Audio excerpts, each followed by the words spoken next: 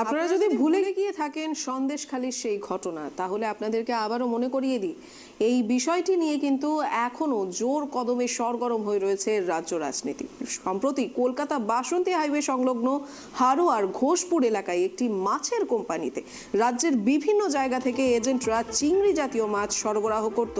গত 2018 সালে আগস্ট মাসের পর থেকে ওই মাছের কোম্পানি এজেন্টদের টাকা দেওয়া বন্ধ করে দেয়।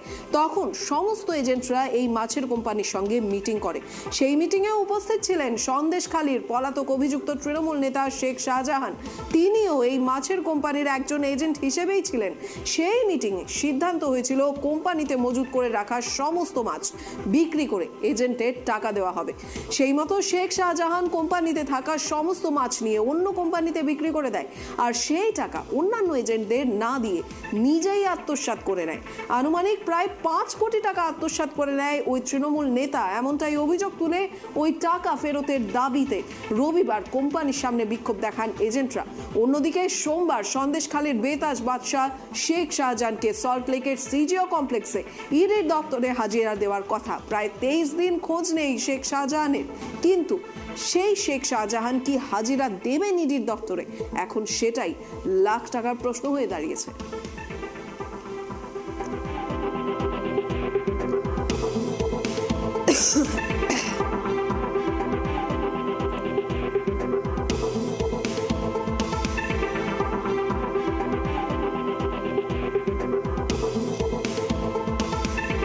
আমরা এখানে আন্দোলন করছি ঘোষপুকুর লিনাস কোম্পানিতে আমরা কিছু মাল দিয়েছিলাম, চিংড়ি কোম্পানি।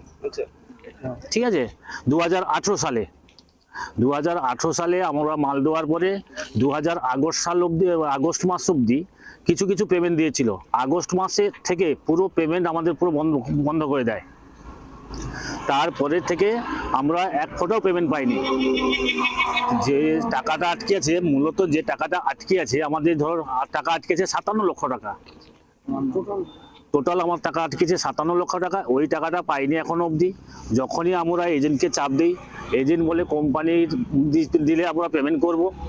আজ থেকে হয়ে গেল 5 বছর, কিন্তু এখনো অবধি কোনো টাকার কোনো খবরাখবর নেই। যখনই আমরা 2-1 4 এসেছি, 4 আসার পরেও কোনো কোনো খবর নেই। যখনই আসবো, এ আছে তো সে নেই, সে আছে তো এ নেই। কোম্পানি অমিতবাবু গিয়েছিল, অমিত রায় গিয়েছিল আমাদের ওখান থেকে গিয়েও মাল কথাবার্তা বলে নিয়ে এসেছিল, কিন্তু পেমেন্টটা আমরা পাচ্ছি না। কোম্পানি, আমরা এজেন্টের সঙ্গে কথা বলেছি, এজেন্টরা কোম্পানির সঙ্গে কথা বলেছিল, তার ভিতরে দিবে বলেছে, কিন্তু এর ভিতরে আর দেয়নি, আর দেখাও করছে না, এখন আজ পর্যন্ত দেয়নি। সেটা আমরা, আমাদের বাড়ি মেদিনীপুর, আমরা এতটা খোঁজ নিতে পারছি না, কিন্তু আমাদের যে এজেন্ট আছে উনি সবকিছু খোঁজ খবর রেখেছেন। এখন কি চাইছেন তাহলে? আমরা অবিলম্বে আমরা আমাদের টাকাটা চাইছি। শেখ শাহজাহান মালগুলো বিক্রি করে নিয়ে আমাদেরকে 1 টাকাও দিল না। আমরা কয়েকবার ওনার অফিসে গেলাম, যাওয়ার পরে বলছে যে আমি টাকা প্রথমের দিকে একটু দিচ্ছি, এইরকম একটা ভাব ছিল, কিন্তু লাস্টের দিকে যেন আমাদেরকে একেবারে হেঁকে তেড়ে মেরে বার করে দেওয়ার তাল। আমরা কোনো রকম সেখানে প্রেরণের ভয়ে পালাই। আমাদের দাবি, যিনি নিয়েছেন কোম্পানি অবিলম্বে আমাদের টাকাটা শোধ করুক, এটাই আমাদের দাবি।